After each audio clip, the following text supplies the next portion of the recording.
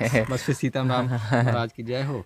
सीताराम। ये लड़का बेचारा दिल्ली से आया है। अच्छा, क्या दिक्कत आ रही? इधर तू आ जाती, तेरा भी देख लें। देखिए अभी एक दिल्ली से एक यहाँ पर ये भी आए हुए हैं। वीडियो देख के लगता आया है। हाँ, पीड़ित हैं ये, तो ये आए हुए हैं, इनका इलाज महाराज जी ये जो है। तो तुम्हारी इष्ट देवी काली है, तो काली आपकी कुल देवी है वो। अभी तो पूछे तो मना कर रहा था कि नहीं है, पूजा नहीं कर रहे थे। पर कुल मैं तुम्हें ना काली इष्ट है तुम्हारी ये बोला था। तो काली जो इष्ट है तुम्हारी, तो उसी की पूजा बढ़ाओ। पहले जब छोटे थे तब तो करते थे तुम, है ना, और अब बंद कर दिया तुमने दिल्ली। और जब से पूजा बंद कर दिया है तब से तुमको थोड़ा बहुत दिक्कत होने लगी है। क्यों? पहले तो सही था मामला। हाँ, पेट टाइट रहता है और यहाँ जलन भी आती है, एसिडिटी गैस बनती है तुम्हारे शरीर पे, और लेटिंग भी साफ नहीं होती होगी, और इसीलिए तुम्हारे गठुओं में गांठी में दर्द आता है, गांठी में दर्द आ जाता है। पेट अभी टाइट है, हैं? थोड़ा टाइट है। कहाँ पे टाइट है? इस साइड पे। ये अंगूठी कह के पहने, सोने के पहने का, जंगल में हाथ ना कटवा लेना। ये हाथ धर के बता कहाँ पे दर्द टाइट है, बता। और इधर तो ना देखो, हाँ, तो पहले से ढीला हो रहा है।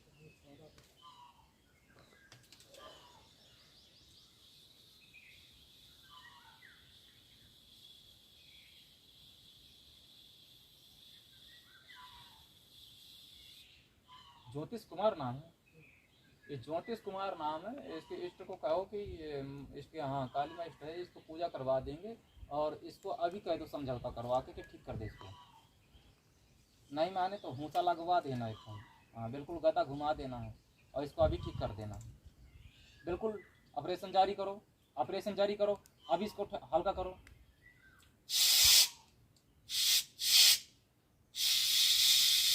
अब देखो वाला,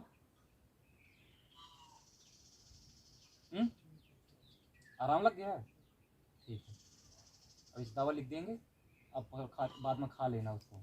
जैसे अभी तो हल्का कर दिया, पहले से टाइट था, ढीला हो गया ना पूरा। तो अब जो है आगे थोड़ा सा दवा जो बताएंगे, एसिडिटी की दवा लिख देंगे, उसको करना। और तुम्हारी कुल देवी काली इष्ट पुरानी है, कुल की है वो।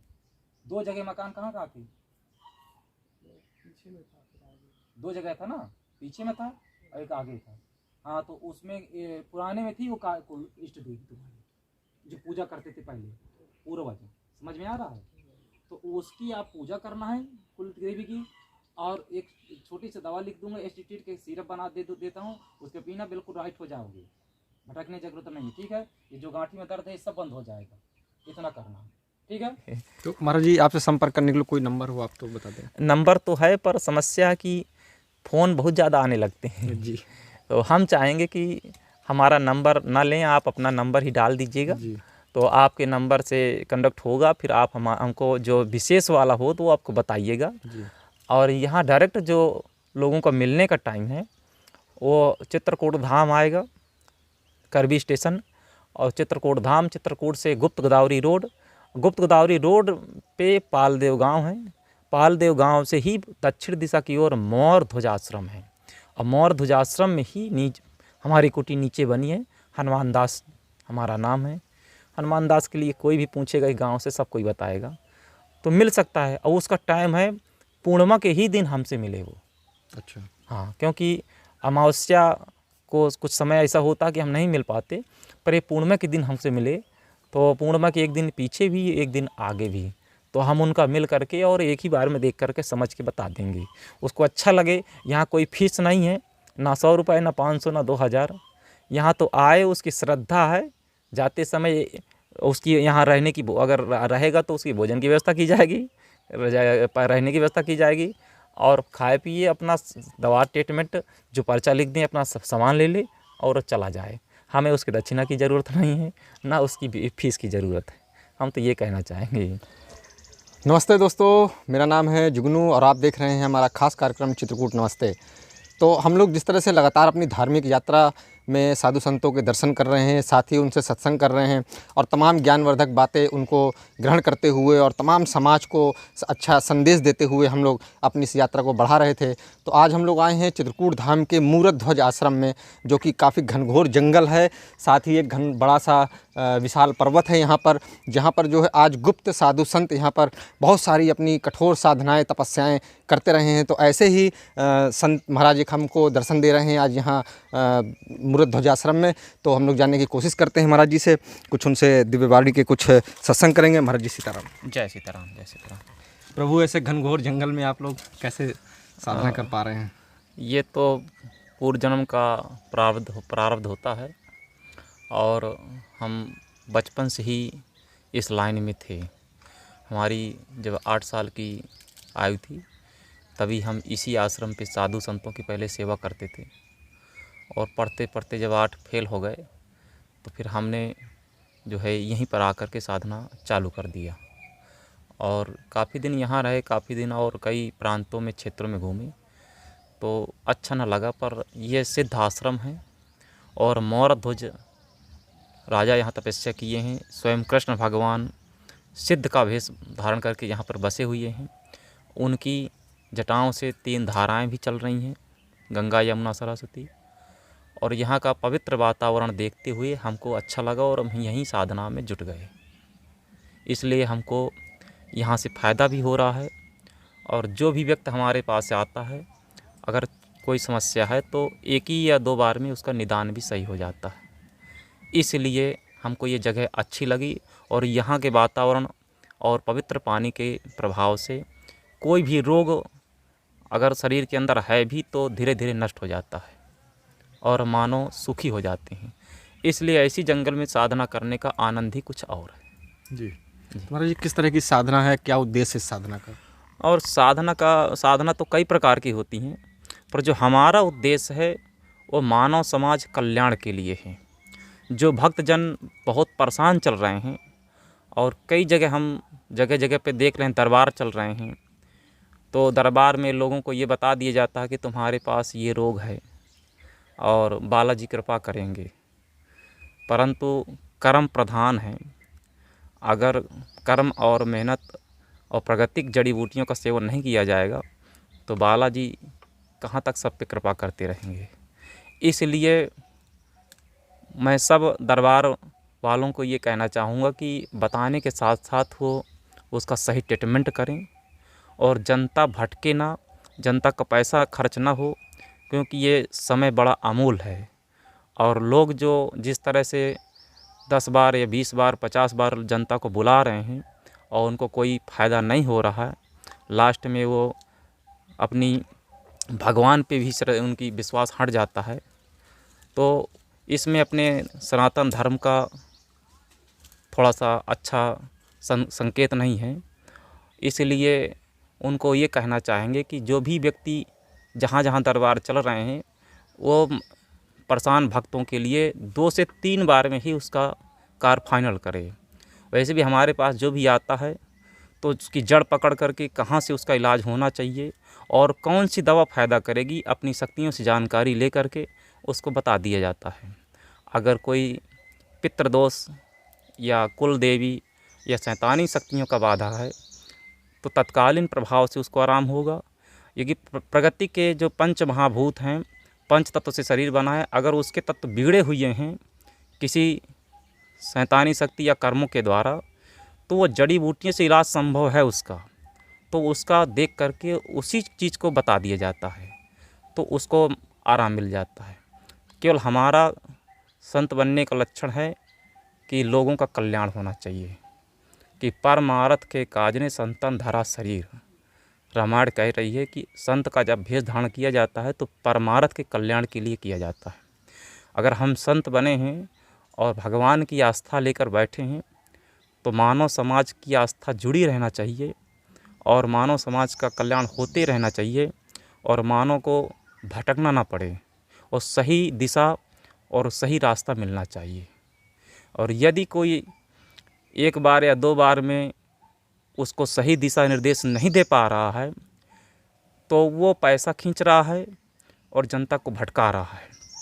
इसलिए जनता भी ये बात को समझे कि अगर एक बार 2 बार जाने पे किसी को लाभ नहीं समझ में आ रहा है तो जनता वहाँ पे ना जाए। ऐसे लोगों को पकड़े जहाँ पे दर्शन मात्र से या 1 या 2 बार जाने से ही उनको कल्याण हो जाए। जनता को भी समझना चाहिए, क्योंकि जनता आज की डेट में होशियार होना चाहिए। श्रद्धा ही सबसे बड़ी है। अब लोग श्रद्धा मान करके लोग जाते हैं, तो हमारा कहना है कि लोगों को भ्रमित नहीं करना चाहिए। तो हम तो कल्याण के लिए संत बने हैं। हमारे पास जो भी व्यक्ति आता है तो सही देख करके 1 या 2 बार में ही उसका पूरा समझा दिया जाता है, पूरा कर दिया जाता है फाइनल। अगर वो रोग है तो रोग में भी उसको आराम मिलेगा, कौन सी दवा कौन सी जड़ी काम करेगी वो भी उसको बता दिया जाएगा। अपना जाए घर में काम करे, समय न बर्बाद करे और अच्छा अपना जीवन जिए। हमारा ये उद्देश्य है। तो महाराज जी ने बहुत अच्छी बात बताई कि महाराज जी जड़ी बूटियों से जो है प्रेत बाधाएं हों, चाहे रोग हों, चाहे गंभीर बीमारियां हों, इस तरह का जो है आपके दर्शन मात्र से ही दूर हो जाते हैं। ऐसा चित्रकूट के जो साधु संत रहे हैं वो तेजस्वी रहे हैं निश्चित तौर पर, और गुप्त संत रहे हैं। आज तक इनके बारे में सब कोई जानता भी नहीं था। अब जब यूट्यूब का और इस तरह के चैनलों का ज़माना आ गया है तो निश्चित तौर पर अब हम लोग जंगलों के घनघोर रास्तों से होते हुए जंगली जानवरों के बीच में इस जंगल में पहुँचे, जहाँ इस तरह के साधु संतों को खोज के हम दुनिया के सामने ला रहे हैं, जिससे कुछ समाज का भला हो सके। महाराज जी एक चीज़ जानना चाहेंगे हम कि जैसे जीव है, इंसान है, धरती है, आकाश है, पाताल है, सब कुछ है, कुछ ऐसा महाराज जी क्या हो कि सब हर व्यक्ति हर इंसान जो है वो खुशहाल हो जाए, उसका जीवन जो है खुशहाल हो जाए? क्या ऐसा सूत्र है कुछ जीवन का? मैं देखो, इसका सूत्र ये है कि जब तक राम भगवान श्री राम अवतार लिए धरती पे अपने, तो रामायण में भी एक चौपाई आई है कि जब तक भगवान श्री राम अपने धरती पे रहें तब तक ना कोई बहरा था, ना लूंगा लंगड़ा था, और ना ही जो है वो कोई रोग से ग्रसित था, और ना भूखे मरता था। यानी राम अवतार में अक्षर पुरुष है, वो ब्रह्म है, इस ब्रह्म से वो परे अलग ब्रह्म है। तो उस ब्रह्म जब ये हमारे इस काल पुरुष की सृष्टि पे उसने अवतरित हुआ, मानव समाज, संत ब्राह्मण सबकी और मानव समाज के कल्याण के लिए जब वो आए धरती पे, तो जब तक यहाँ रहें तब तक कोई भी निर्धन नहीं था, कोई भी दुखी नहीं था, और कोई भी बहरा लंगड़ा रोगी कोई नहीं था। इसलिए मैं ये कहना चाहूँगा कि जो राम को पकड़ के चले और राम का मूल मंत्र का जाप करे तो वो कभी भी कोई भी जीव हो दिक्कत में आ ही नहीं सकता है। मानव समाज तो राम मंत्र का जाप कर सकता है, अन्य जीव नहीं कर सकते हैं।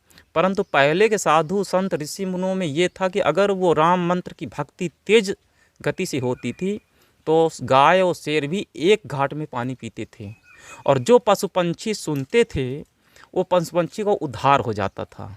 इसलिए राम मंत्र की इतनी कठोर साधना वो करे कि अपना अपति आने वाले जीवों का भी उद्धार होता जाए। अब राम मंत्र असली कौन है? क्योंकि मूल मंत्र राम मंत्र जो खटाक्षरी है उसमें भी कुछ अधूरा है। वो पूरा करने के बाद पहला शब्द ब्रह्मा जी ने जपा, दूसरा विष्णु जी ने, और तीसरा शब्द शंकर जी ने, जिनके सृष्टि रचना की पालन करने के और संहार करने की क्षमता प्रकट हुई। फिर लौमस ऋषि जपे, अगस्त ऋषि जपे, सीता मैया जपा, हनुमान जी भी उसी को जपा। तो एक एक अक्षर मिलाते मिलाते वो लास्ट में 6 अंक का बना, और तुलसीदास जी ने उससे संसार में व्याप्त कर दिया। तो योग्य व्यक्ति से, योग्य साधक से मूल राम मंत्र लेकर के, और जीव अगर मानो थोड़ा सा उसका जाप करता रहेगा तो उसको कोई भी व्याधि शरीर में नहीं आ सकती, क्योंकि जो राम की सृष्टि है उस सृष्टि में किसी का भी जन्म और मरण नहीं होता है, वो जैसा का तैसा ही रहता है। मरण और जन्म केवल इस सृष्टि में होता है, काल पुरुष के चक्र में।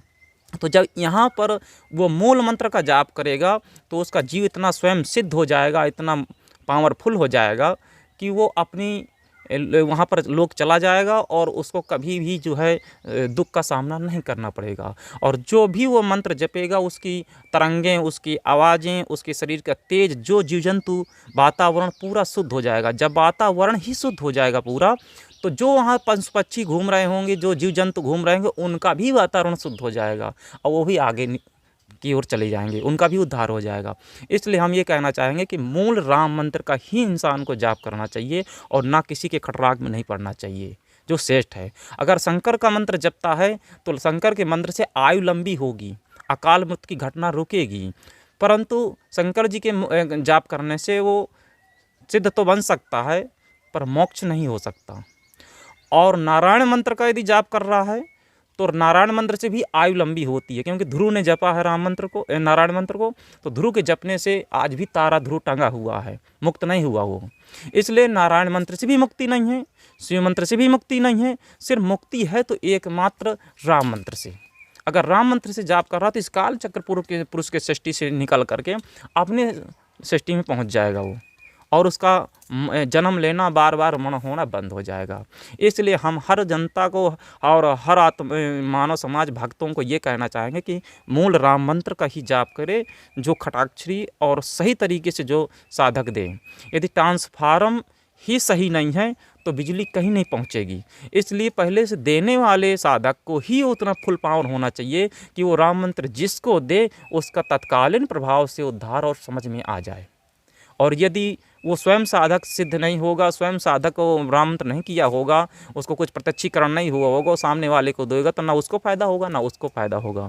राम मंत्र जप करने वालों को कभी भी रोग ग्रसित नहीं हो सकता है, क्योंकि पंच महाभूत शुद्ध रहते हैं, पंच महाभूत नष्ट नहीं हो पाते, तो उसको कोई परेशानी प्रॉब्लम नहीं होगी। और जब शरीर का कोई तत्व खराब होगा तभी बीमारियाँ होंगी। राम मंत्र में वो क्षमता है कि कोई बीमारी नहीं आती है। इसलिए हम सब लोगों को ये कहना चाहेंगे कि राम मंत्र का ही जाप करें और राम मंत्र से ही आगे बढ़े। भाई जैसे बताया, जैसे प्रेतात्माओं का, भूत प्रेत का, इन सब चीज़ों का एक इलाज हो जाता है, ये क्या होता है, कहाँ से आ जाती है, कैसे व्यक्ति पर, इंसानों पर ये काबिज हो जाती है? हाँ, भूत प्रेत की जो बात है तो बहुत अच्छी बात है ये। भूत प्रेत तो ऐसा भगवान के यहाँ से नहीं बनते हैं और ना ही कहीं से होते हैं। कुछ तो मन की तरंगें और सोच के प्रभाव से भूत बनते हैं और कुछ कर्म के प्रभाव से बनते हैं। अब पहले के ज़माने पे हर व्यक्ति 8 साल की 6 साल की उम्र में राम मंत्र की दीक्षा ले लेता था और लेकर के साधना में लग जाता था। जब भी वो मरता था तो मरने के बाद उसको मुक्ति मिलती थी या मोक्ष मिल जाता था, ये तो जन्म हो जाता था उसका। परंतु जैसे जैसे कलयुग का ज़्यादा अवतरण हो रहा है उसी तरह मानव समाज की तरंगें खान पीन को लेकर के इतनी मन की प्रवृत्ति गंदी हो गई, लोगों की चाल और देखने की क्षमताएं ऐसी गंदी हो गई कि गलत पे गलत हो रहा है। कहीं कोई मांस खा रहा है, कहीं बकरा कट रहे हैं, कोई दारू ज़्यादा लोग पी रहे हैं, गलत कर्मों में ज़्यादा उतर रहे हैं। तो ऐसे लोग जब ख़त्म होते हैं तो जो पाप कर्म किए हुए हैं, पंच महाभूत को अशुद्ध कर दिया है, वो शुद्ध नहीं है, तो वो जब ख़त्म होगा तो वो आत्मा जो है मुक्त नहीं हो रही है। जब मुक्त नहीं तो वही कोई प्रेत बन जाता है और कोई भूत बन जाता है। अगर उसमें क्षमता ज़्यादा कुकर्म पाप हो गए तो ब्रह्म राक्षस बन जाएगा, ब्रह्म दानव बन जाएगा। यदि साधक है किसी शक्ति का तो फिर ब्रह्मदेव भी बन सकता है या ब्रह्मपरीत भी बन सकता है। और कुछ भी साधक नहीं है, छोटे ऐसे साधारण इंसान है तो भूत बन जाएगा वो। तो उसी में जो कर्म के प्रभाव से भूत और ये प्रेत बनते हैं और उनको फिर हटाने का भी उपाय है। कलयुग में तो देवी माई और बजरंगबली तो प्रत्यक्ष हैं। बजरंगबली की पूजा करने वालों को तो पहले भूत तो पकड़ेगा ही नहीं। अगर कहीं से पकड़ भी रहा है, कोई कुल देवी रुष्ट भी हो रही है, तो फिर वो जानकार साधक के पास जाए और जानकार साधक उसको अपनी दृढ़ दृष्टि से या अपनी हनुमान जी जिसके साधना करते उसका अल्ट्रासाउंड करेगा, उसको देख लेगा कि कुल देवी की विग्रंथ हो रही है या पितरों की विग्रंथ हो रही है। जहाँ से जो विग्रंथ होगी उसका सही रास्ता देगा और एक ही बार में उसका इलाज हो जाएगा। और अगर हम उसकी जड़ ही नहीं पकड़ पा रहे हैं तो आपको हम 10 बार बुलाएं, 20 बार बुलाएं तो इलाज संभव नहीं हो पाएगा। परंतु एक बार में ही इलाज संभव करना तो जड़ पकड़ना उसको। तो भूत प्रेत का यही चक्कर चलता रहता है, कर्म के प्रभाव से बदलते रहता है और कोई खास नहीं इसका। जी महाराज जी, बहुत अच्छी बात आपने बताई, जो है कि जो ऊर्जाएं होती हैं उनका ही ये प्रेतात्मा भूत प्रेतों का वही है ये सब सिस्टम है। तो महाराज जी, ये आपकी किस तरह की कौन सी साधना है, कौन सा तंत्र है और किस तरह से आप इन बीमारियों को दूर कर पाते हैं? हम तो बचपन से अपने सिद्ध बाबा को पकड़ा है और हमारी कुल देवी को पकड़ा है, हनुमान जी को। राम मंत्र का जप करते रहते हैं।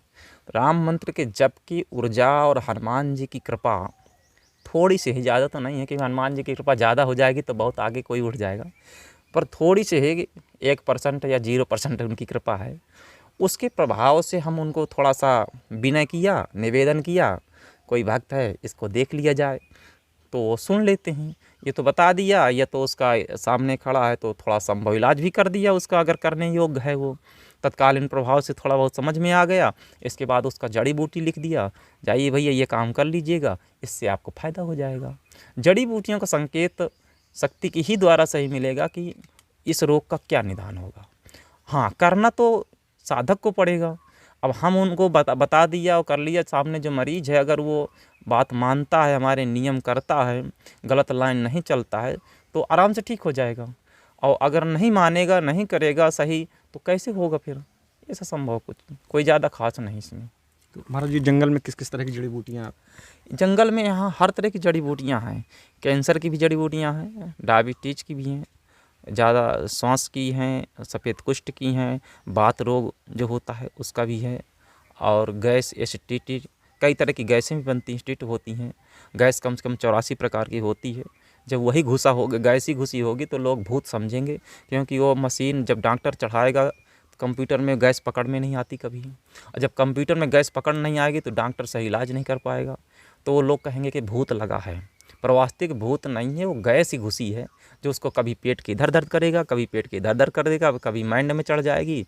तो उसकी अलग अलग जड़ी बूटियाँ अलग अलग प्रकृति होती है कि कौन सी जड़ी कहाँ पे काम कर जाएगी। बस उसको सही जानकारी लेकर के और उसको दे देने से वो उसका इलाज संभव हो जाता है। जैसे पहले के समय पे वैद्य लोग रहते थे, वो नाड़ी देखे और तुरंत वो दवा दिया, काम हो गया। तो ठीक उसी तरह अब अगर वो वैद्य उतने नहीं हैं, जीवित ख़त्म हैं, तो अब डॉक्टरी साइंस चल गया ज़्यादा, तो अभी भी साधक के पास वो शक्तियाँ होती हैं कि वो चाहे तो अपनी शक्तियों से जानकारी कर ले कि इसमें ये दवा कार कर जाएगी, और उसको आगे दे देगा, तो ट्रीटमेंट सही हो जाएगा। परंतु अगर साधक में सही क्षमता और सही जानकारी है तो वो 1 ही 2 बार में उसका सही इलाज कर देगा। और अगर उसमें कोई साधक में क्षमता नहीं, खाली बताने के लिए कि आओ तुम्हारा ये हो जाएगा, तुम्हारा ये चीज़ है, तुम्हारा ये नाम है, तुम्हारा काम हो जाएगा, बालाजी कर देंगे, तो बालाजी इतने नौकर तो है नहीं कि वो करते रहेंगे। तुम्हारी श्रद्धा है और तुम्हारी साधना और भक्ति है कि बालाजी कितना कर देते हैं, क्योंकि अकाउंट में जितना रुपया होगा हमारे, उतना ही हम निकाल पाएंगे, और अकाउंट में रुपया नहीं तो कोड डालने से कोई फ़ायदा नहीं है। उसलिए साधना हमारे जितनी होगी उतना हम तो कर दिया। अब लाखों करोड़ों लोग आएंगे, हमारे पास साधना 2 रुपए की बची है, तो कहा हम हनुमान जी हमारे नौकर तो हो रही हैं कि कर देंगे? वो तो मार्ग बता दिया जाएगा, कर लो ऐसे तो हो जाएगा उसका। और लोग अपने अपने इष्ट और अपने कुल को मनाए, कुल देवी को मनाए। अगर कुल देवता अपना खुश है, पितृ अपने खुश हैं, तो देवी देवता ऑटोमेटिक काम कर देंगे उसका, हमें भटकने की ज़रूरत नहीं है। और पितृ खुश है तो कोई बीमारी नहीं आएगी, और कुल देवी खुश है तो कोई भूत वाला नहीं लगेगा। ये दोनों खुश करके लोग रखें तो किसी साधक के पास जाने की या किसी दरबार में जाने की ज़रूरत ही नहीं है, ऑटोमेटिक सही रहेगा। और जब वो दोनों उसके रास्ता गड़बड़ होंगे, ठीक नहीं होंगे, तभी वो दरबार में दौड़ेगा, तो दरबार वाला भी नहीं समझ पाएगा कि इसका क्या बिगड़ा है और क्या कहाँ से कहाँ बना है, तो वो भी भटकता रहेगा, वो भी भटकता रहेगा। जीवन बेचारे दुखी दुखी में निकल मरेंगे तो वो भी पक्के भूत बन जाएंगे, तो दूसरे के लिए वो कलंक लग जाएंगे। इसलिए हम कहना चाहेंगे कि जो भी है अपने नियम अनुसार और श्री राम को ही पकड़ के चले और सही गुप्त मूल मंत्र का जप करे। हर देवी देवता उसका सम्मान करते हैं श्री राम जी का, और कोई दिक्कत नहीं, कोई परेशानी नहीं है, सब ठीक हो जाते हैं। तो हम तो श्री राम जी के ऊपर चलते हैं बस। तो महाराज जी जो है क्या संदेश देंगे चलते चलते? जो है एक बार बहुत सारे लोग देखते हैं, और साथ ही अपना परिचय ही बता दें कि यहाँ अगर लोग आपसे मिलना चाहें, किसी समस्या का समाधान चाहें, तो वो कैसे आपसे मिल सकते हैं? हाँ, ये बात सही है। हम तो जनता से और भक्तों से ये कहना चाहेंगे कि जब वो हर जगह से देख सुन के थक जाए, तब हमारे पास वो आए, क्योंकि छोटी मोटी समस्या को लेकर बार बार वो आता रहेगा और हमारा पूजा में डिस्टर्ब होगा। इसलिए हम चाहते हैं कि जब वो देखते देखते हर जगह से ये हो जाए कि हमको नहीं समझ में आ रहा, फिर वो हमारे पास आए, तो हम उसका बैठ कर के, समय थोड़ा लगता है, पूरा अल्ट्रासाउंड अपने किए विद्याओं से अथवा शक्तियों से, कोई भी प्रकार से उसका समझ किया, और बताने के बाद पूरा एक ही बार में ट्रीटमेंट लिख दिया। अपना जाए करे, और जब करेगा घर में तो ऑटोमेटिक उसको आराम मिल जाएगा। और अगर नहीं करे, वो हमारी बताई हुई क्रिया ना करेगा, तो हमारे पास आने की ज़रूरत भी नहीं है, क्योंकि हम अपनी साधना के बल पे सिर्फ उसी को ठीक करते हैं जो असहाय है, जम गए, कुछ नहीं है इसके, तो हम अपनी साधना से कर देंगे। हमारा अगर बैलेंस अकाउंट खाली हो रहा तो कोई बात नहीं है, परंतु अगर वो चाल फेर करने लायक है, हाथ पैर सही हैं और कुछ समस्या है, तो स्वयं कुछ नियम करके आगे बढ़ जाए। तो ऐसे व्यक्ति अगर ज़्यादा परेशान है तो आ सकते हैं, आने के लिए कोई दिक्कत नहीं है। और जो हमसे होगा हम उनकी करेंगे, बताएंगे। और उनकी, हमारा जड़ी बूटियों का थोड़ा ज़्यादा चल रहा है सिस्टम, हम जड़ी बूटियों पे ज़्यादा दिमाग लगाते हैं। भूत ऊत तो राम जी हनुमान जी से भाग जाते हैं, तो इसलिए भूतों का ज़्यादा हम वो नहीं करते हैं। साला 2 लात पा गए तो भाग जाते हैं। पर जड़ी बूटियों से क्या है कि अपने बिगड़े हुए शरीर के तत्व ठीक हो जाते हैं। तो और जब तत्व सही ठीक हो जाएगा तो इंसान बिल्कुल सही हो जाएगा। और इंग्लिश जो दवा है वो शून्य कर देती है शरीर को, और शून्य करते करते करते शरीर में और फिर दिक्कतें आगे भविष्य में हो सकती हैं। इसलिए इंग्लिश दवा का कम, आयुर्वेदिक सही इलाज और सही जगह, सही सिद्ध स्थानों पे जाएगा तो उसको पक्का ही संभव है कि ठीक हो जाएगा। निश्चित तौर पर महाराज जी बहुत अच्छी बात आपने बताई जो है कि इंग्लिश दवाओं से बचें और ज़्यादातर जो है अपने प्रतिरोधक क्षमता को प्रयोग करें और घर के घरेलू नुस्खे करें। महाराज जी बच्चे और महिलाएं गृहस्थ के जीवन में बहुत सारी लगातार बीमार रहती हैं, दिक्कतें, तो ऐसा कोई उपाय उनको ही बता दीजिए कि वो थोड़ा सा उनको भी लाभ मिल जाए कुछ। बच्चे और औरतें जो इस समय बीमार ज़्यादा हो रही हैं, उनका सबसे बड़ा कारण है बचपन का बिगड़ना। बच्चे भी बिगड़ रहे हैं, बच्चियां भी बिगड़ रही हैं, और बचपन से जो बिगड़ जाते हैं तो उनकी जो ताकत और जो गति है, प्रतियोगिता गति, वो कमज़ोर पड़ जाती है। और कमज़ोर पड़ जाएगी और फिर यहाँ उनको काम करना पड़ेगा, और गैस की रोटी खाएंगे तो बीमार तो ऑटोमेटिक उनको होता है। ऐसी औरतों को या लड़कों को ज़्यादातर एसिडिटी की बीमारियाँ होती हैं, और एसिडिटी की जब बीमारी होगी तो पेट टाइट रहेगा, उसका पेट के अगल बगल दर्द भी होगा, गले में कभी कभी जलन भी होगी, किसी की जलन होती है और किसी की नहीं भी होती है, और गैस की प्रॉब्लम होगी, और गैस से पेट से फिर हज़ारों बीमारियां उसको पकड़ेंगी। जो टैबलेट खाएगा तो टैबलेट पावर शून्य करती है, उसको तत्व को ख़त्म नहीं कर पाती है, इसलिए टैबलेट से उसको आराम पूरा नहीं मिलेगा। जब तक शून्य है तब तक आराम मिलेगा, इसके बाद फिर दिक्कतें हो जाएंगी। और यदि आयुर्वेदिक खाएगा तो उसको जड़ से ही ऐसे लोगों के लिए एसिडिटी गैस से बना हुआ एक सिरप है, और वो सब जगह नहीं मिल पाता, हालांकि हम लोग बनाते हैं। तो अगर किसी को विशेष ज़रूरत पड़ी तो कर सकते हैं, और अगर वो बना सकते होंगे तो फिर आपके कमेंट में बताएंगे, तो हम उनका दोबारा वीडियो पे ऐसा नुस्खा बता देंगे जिससे वो हर कोई अपना वो सिरप बनाए और अपना घर में इस्तेमाल करे, तो शरीर की गति, प्रतियोगिता क्षमता बढ़ जाएगी और ठीक हो जाएंगे वो लोग, और कोई प्रॉब्लम नहीं होगी। और मेन उनको बचें, अच्छे काम करें, और खाने पीने पे देसी का ज़्यादा इस्तेमाल करें, और ज़्यादा गैस का कम प्रयोग करें, लकड़ियों का ज़्यादा प्रयोग करें, जिसमें अग्नि क्षमता आपके शरीर की सही होगी तो आपके पास कोई रोग नहीं आएगा। अग्नि क्षमता कम होगी तो तरह तरह के रोग आपको आएंगे, और अग्नि क्षमता कम होने के एक नहीं कई उसकी जगह हैं। इसलिए हम तो उनको ये कहना चाहेंगे कि एसिडिटी और गैस से का ही निदान वो करें तो हर बीमारी ठीक हो जाएगी। और ज़्यादा भूत प्रेत के लोगों को चक्कर में नहीं आना चाहिए। जब ज़्यादा दवा ना काम करे आयुर्वेदिक दवा, तब भूत प्रेत के लिए हनुमान जी से अर्जी लगाएं, और वो भी ना समझ में आए तो हर जगह से थक जाए तो फिर हमारे पास आएँ, हम देखेंगे होगा तो एक ही बार में ट्रीटमेंट और रास्ता बता देंगे। ये तो अगले वीडियो में कुछ ऐसा नुस्खा हम बता देंगे उनको कि भूत भी साला भाग जाएगा। भूत भी कोई बड़ी चीज़ नहीं है, पर ये है कि ज़्यादा परेशान ना हो। जितना वो दौड़ दौड़ करके ये स्थान वो स्थान ये दरबार में जा रहे हैं, उससे अच्छा है कि वो एक ही बार जा कर के वहाँ का पूरा लोकेशन ले लें। एक बार में अगर उसको आराम मिल रहा है तो फिर अपना घर में जाकर ट्रीटमेंट करें, उसी में लोगों को आराम हो जाएगा। बहुत सुंदर महाराज जी, आपने अच्छी बातें बताई। और निश्चित तौर पर अगर कोई हमारे जो इच्छुक भक्त होंगे, अगर वो चाहेंगे तो हम लोग दोबारा भी इस पर चर्चा करेंगे, और साथ ही आप कुछ नुस्खे जो बता रहे थे उन पर भी अमल करेंगे। तो साथियों, बस इतना ही महाराज जी का और हम सबका कहना है कि मन को सकारात्मक ऊर्जाओं से भरिए। नकारात्मक ऊर्जाएं हों, नकारात्मक विचार हों, उनके से जितना दूर रह सकें, उस संगत से जितना दूर रह सकें, यही जीवन का सफल होने का मतलब एक अच्छा सूत्र है बस। और गलत सोचेंगे तो बीमारियां और परेशानियां दोनों ही आपको जीवन भर लगी रहेंगी। गलत के सोच पे भी बीमारी बनती है जी। और खान पियन के प्रभाव से भी बीमारी बनती है। इसलिए खान पियन से भी बचे वो, गलत चीज़ों का सेवन न करे। मांस है, दारू है, अंडा है, ये चीज़ों से दूर रहे। क्योंकि जिस समय बकरा को या मुर्गा को काटा जाता है उस समय उसके प्रेम से नहीं काटा जाता है, उसको भी गुस्सा लगती है और गुस्सा वो भी रहता है, उसके ऊपर छुरी चला दी, वही गुस्सा उसके मांस में घुसा रहता है और वही मांस जो भी व्यक्ति खाएगा वो उसको भी वही गुस्सा और तामस और वही मन की प्रवृत्ति रहेगी। वो अनाचार गलत कई तरह के विचार करेगा और विचार करते करते गलत भी करेगा, फिर उसको कई तरह की सजाएं होंगी और मर भी जाएगा तो पक्का भूत बन जाएगा वो।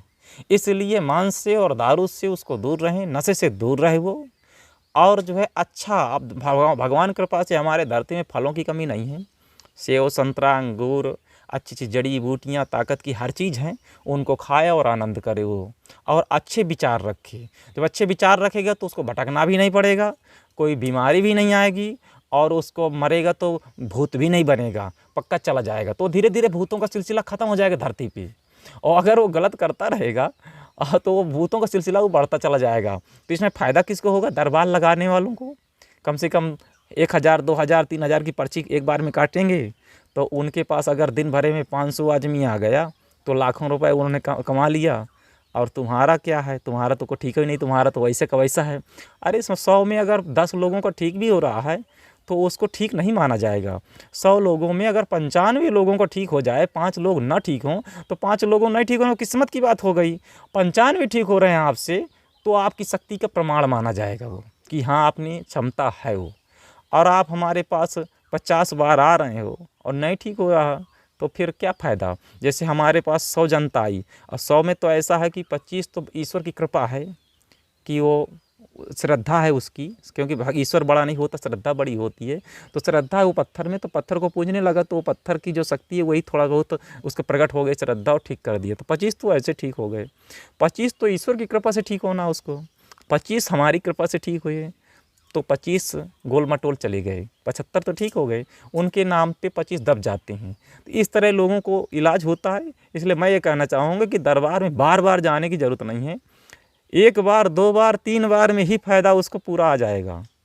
अगर हमारे पास कोई आता है तो हम बार बार नहीं, एक ही बार में उसको 50%, पहले तो 80%, 80 नहीं तो 50 तो होना चाहिए उसको, और दोबारा तिबारे में पक्का पूरा हो जाना चाहिए। अगर ऐसा नहीं हो रहा किसी को तो फिर दरबार और पाखंडियों के जाल में ना पड़े हो। हम तो ये कहना चाहेंगे। अब किसी को अच्छा लगे या बुरा लगे वो तो जाने। तो महाराज जी, आपसे संपर्क करने के लिए कोई नंबर हो आप तो बता दें। नंबर तो है पर समस्या है कि फ़ोन बहुत ज़्यादा आने लगते हैं जी। तो हम चाहेंगे कि हमारा नंबर ना लें, आप अपना नंबर ही डाल दीजिएगा। जी। तो आपके नंबर से कंडक्ट होगा, फिर आप हमको जो विशेष वाला हो तो वो आपको बताइएगा। जी। और यहाँ डायरेक्ट जो लोगों का मिलने का टाइम है वो चित्रकूट धाम आएगा, करबी स्टेशन, और चित्रकूट से गुप्त गोदावरी रोड पे पालदेव गांव है। पालदेव गांव से ही दक्षिण दिशा की ओर मौर ध्वजाश्रम है और मौर ध्वजाश्रम में ही हमारी कुटी नीचे बनी है। हनुमान दास हमारा नाम है। हनुमान दास के लिए कोई भी पूछेगा गांव से सब कोई बताएगा, तो मिल सकता है। और उसका टाइम है पूर्णिमा के ही दिन हमसे मिले वो। अच्छा। हाँ, क्योंकि अमावस्या को कुछ समय ऐसा होता कि हम नहीं मिल पाते, पर ये पूर्णिमा के दिन हमसे मिले तो पूर्णिमा के एक दिन पीछे भी एक दिन आगे भी, तो हम उनका मिल करके और एक ही बार में देख करके समझ के बता देंगे। उसको अच्छा लगे। यहाँ कोई फीस नहीं है, ना 100 रुपये, ना 500, ना 2000। यहाँ तो आए, उसकी श्रद्धा है, जाते समय उसकी यहाँ रहने की, अगर रहेगा तो उसकी भोजन की व्यवस्था की जाएगी, रहने की व्यवस्था की जाएगी, और खाए पिए अपना दवा ट्रीटमेंट जो पर्चा लिख दें अपना सामान ले ले और चला जाए। हमें उसकी दक्षिणा की ज़रूरत नहीं है, ना उसकी फीस की ज़रूरत है। हम तो ये कहना चाहेंगे। तो महाराज जी, इस जंगल में घनघोर, जैसे हम लोग देख रहे हैं कि बहुत घनघोर जंगल है, यहाँ पर रह रहे हैं आप, तो आपका कैसे मतलब ये राशन पानी खाना पीना कैसे? राशन पानी तो देखो, हम ये गांव है हमारा पालदेव है, ये हमारी जन्मभूमि है। मैं यहाँ से भी किसी से नहीं मांगता हूँ और मैं किसी से कुछ नहीं मांगता हूँ, पर मैं सिद्ध बाबा यहाँ हमारे हैं जो सतयुगी के स्वयं कृष्ण के अवतारी हैं। तो उस सिद्ध बाबा से हम कह देते हैं कि महाराज तुम देखे रहे हो, तो वो तो सब देख रहे हैं, जहाँ घटेगा तो कोई में कहीं से लेके भेज देंगे वो। खूब खाओ पियो आनंद करो, कोई चीज़ की कमी नहीं है। और हम मांगते 1 रुपये किसी से नहीं है और ना कहते हैं कि तुम लेके रख देना। कई लोग भक्त हैं कि कहते हैं महाराज इतना डाल दें उतना डाल दें। हम कहते हैं कहा करें, कोई डाल के सड़ जाएगा, हम अकेले आदमी क्या करेंगे। भक्तजन आएंगे तो खाएंगे तो सिद्ध बाबा व्यवस्था कर देंगे ना, हमें क्या जरूरत है। मोहरत ध्वज राजा सबसे महान राजा, और जिस मोहरत ध्वज राजा की जो शरण में हम रह रहे हैं, इतने बड़े राजा के पास रहते हुए हम भीख क्या मांगे किसी से। वो तो देगा ना हमको और सिद्ध देगा वो। इसलिए हम अपनी साधना पे अडिग हैं और अपनी साधना पे भरोसा करते हैं। और जब तक हम साधना कर रहे हैं तो हमें कोई खाने पीने की टेंशन नहीं है और ना हमें किसी से 1 रुपये लेने की ज़रूरत है। जिसको दिक्कत है वो आए और मिले, अपना काम कराए, चला जाए। यहाँ शोहरत करने की भी ज़रूरत नहीं है, ज़्यादा भीड़ मचाने की भी ज़रूरत नहीं है। पर आए, अपना शांति से अपना समस्या बताए, हम उसका ट्रीटमेंट देखा और किया और उसको विदा कर दिया। खाना पीना अगर रुक रहा है तो खाना पीना दिया जाएगा, नहीं रुक रहा प्रसादी ले चला जाए, बस ये सिस्टम है हमारा। तो महाराज जी आप यहीं रहते हैं कि कहीं यात्रा भी रहती है? नहीं, हम इधर उधर हमारे काम ऐसे लगते रहते हैं। कोई ज़्यादा परेशान है तो हम किसी के घर भी हवन करने के लिए जाना पड़ सकता है, इसलिए हम रोज़ाना तो नहीं मिल पाते हैं। पर यह है कि पूर्णिमा के 1 दिन पहले और 1 दिन बाद और अमावस्या को ये कन्फर्म है कि हम यहाँ मिल जाएंगे, क्योंकि उस दिन साधना का समय होता है और साधना में हम कहीं भी रहेंगे तो अपने स्थान पे हवन करने के लिए आएंगे बस। कि कुछ शक्तियाँ ऐसी हैं कि वो बिना भोजन के नहीं मानती हैं और कुछ ऐसी हैं जो साधना और जाप से मान जाती हैं। इसलिए उस दिन हम 2-3 समय पे रहते हैं। अगर कोई मिले तो पूर्णिमा या अमावस को 1 दिन आगे या पीछे मिल सकता है, उसमें कोई दिक्कत नहीं।